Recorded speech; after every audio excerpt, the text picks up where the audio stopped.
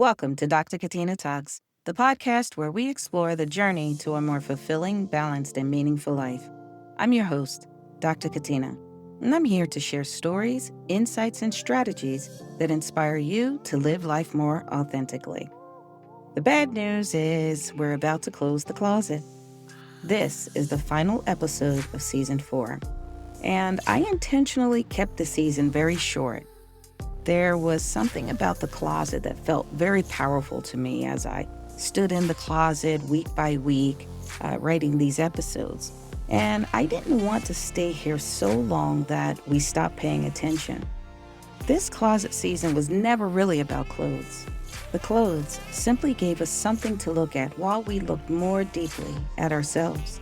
In the beginning, we found an old pair of jeans and we talked about the woman we used to be, and how easy it is to judge an earlier version of ourselves without remembering everything she survived. Then, we looked at rows of black clothing in the closet, and we talked about the seasons when women quietly stopped expressing themselves while building lives they genuinely love. And finally, we looked at clothes from different seasons and recognized that sometimes we're still wearing roles that no longer fit the season we're living in. And today, I'm inviting you back into my closet one last time this season. And as I stand in my closet, I can see the hangers, the lightweight pieces, the heavier ones, the things I reach for every week, the things I keep passing over. And I realized there was one final conversation we needed to have before we closed the door. At some point, you have to clean out the closet, not just physically, metaphorically too. Because the closet, it fills up, just like our lives fill up. Our schedules fill up, responsibilities fill up. And if we never stop to look at what's taking up space, eventually the clutter begins deciding how the space gets used. I want you to think about the chair. You know the one. Maybe it's in your bedroom. Maybe it's sitting quietly in the corner. When someone bought that chair, it was meant to be sat in, right? It had a purpose. But then, one day, you tossed a sweater over it, a pair of jeans, something you wore for just 2 hours that wasn't dirty enough for the laundry, but didn't quite feel clean enough to put back in the closet. So, you put it on the chair, just for now, we say. Then, something else went on top, and something else, until one day, the chair, it stopped functioning as a chair. Or for you, it might be the treadmill or exercise bike. You know, that piece of equipment you bought with every intention of using it? It's still there. Its purpose hasn't changed. But today, it's holding laundry instead of helping you move your body. Nothing is wrong with the chair, just like nothing is wrong with the treadmill. They simply can no longer do what they were designed to do. Why? Because something else has taken over the space. The more I thought about clutter taking over those spaces, the more I realized that's exactly what happens in our lives. One more responsibility, a commitment, one more person we agreed to help, one more problem we decide to solve, one more thing that belongs to us gets pushed to tomorrow, until the spaces in our lives that were designed for rest, creativity, or connection, they become storage units for everything we've never put down. And little by little, the clutter changes the purpose. Not because we intended for it to happen, but because it happened so gradually that we stopped noticing. And that's when I realized this closet wasn't just asking me to clean it out. It was inviting me to pay attention to what I'd been carrying, to what no longer belonged, and to what I needed to make room for, or perhaps leave room for next. That's when the lessons became impossible to ignore. So here I go. I'm going to share them with you. 1.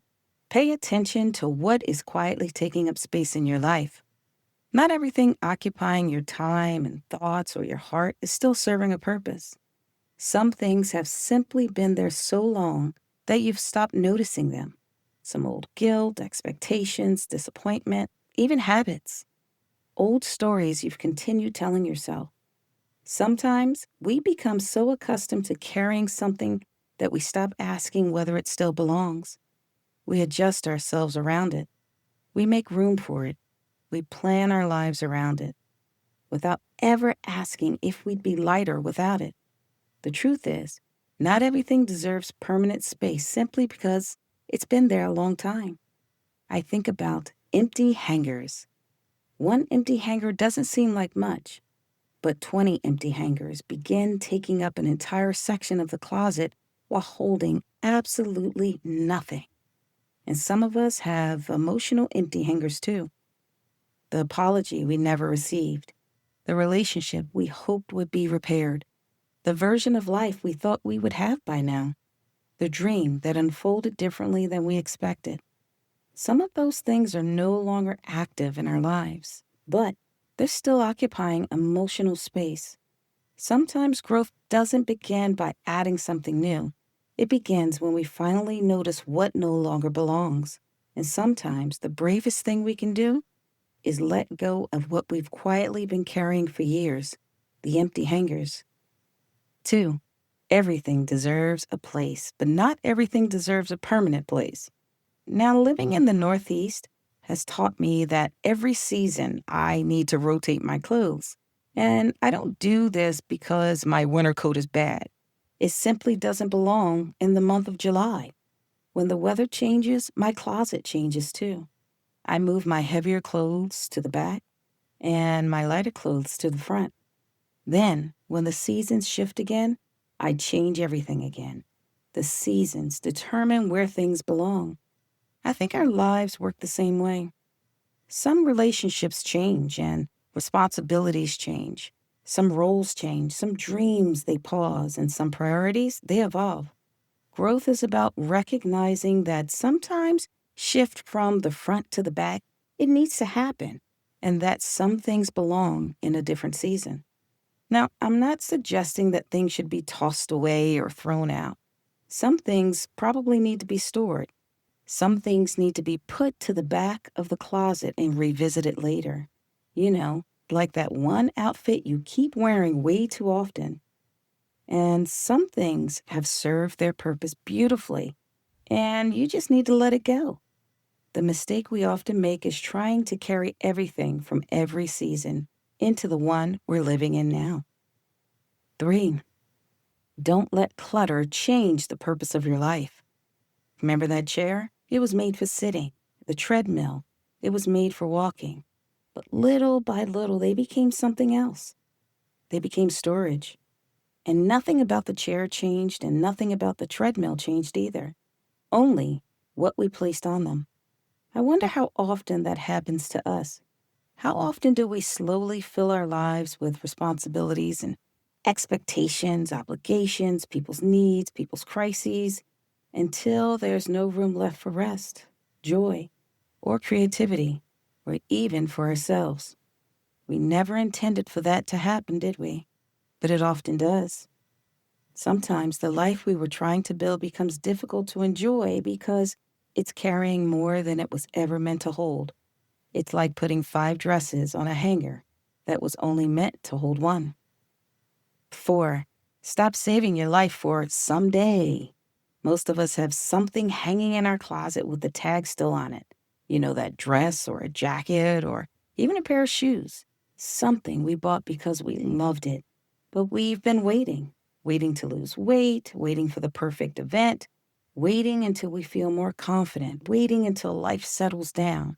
Then one day, we pull it out and it no longer fits, or it's no longer our style. And then we wonder why we ever bought it. We saved it so long that we missed the season when we could have enjoyed it. I wonder how many of us are doing that with our lives. I'll travel when, I'll rest when, I'll start the business when, I'll go back to school when, I'll take the picture when, I'll wear the outfit when, I'll celebrate when. One day quietly becomes someday, and someday isn't promised. Wear the outfit, take the picture, go to dinner, take that trip. Celebrate ordinary Tuesdays. Life rarely announces that today is the perfect day to begin living. Most of the time, today is the day. 5, leave some space. This one may be the hardest one. Because once we finally clear something out, our first instinct is to fill it again, to fill it with another commitment, project, or responsibility, another reason to stay busy. But maybe the empty space isn't asking to be filled. Maybe it's inviting you to breathe. Maybe it's inviting you to just rest. Maybe it's preparing you for a season you can't see yet. Sometimes we become uncomfortable with empty space because we've spent so many years measuring our worth by how productive we are, how needed we are, how busy we are. Just maybe this season isn't asking you to do more. Maybe it's asking you to become more.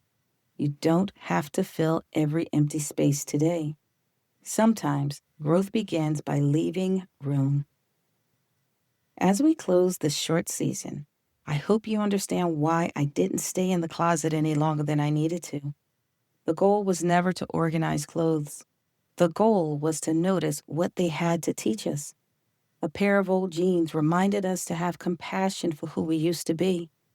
A closet full of black clothes reminded us not to lose ourselves while taking care of everyone else. Clothes from different seasons reminded us that we are allowed to grow and change.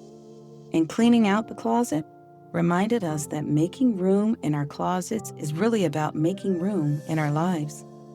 I intentionally kept this season short, not because there wasn't more to say, because you know I could go on and on and on, but because I wanted us to sit with these conversations.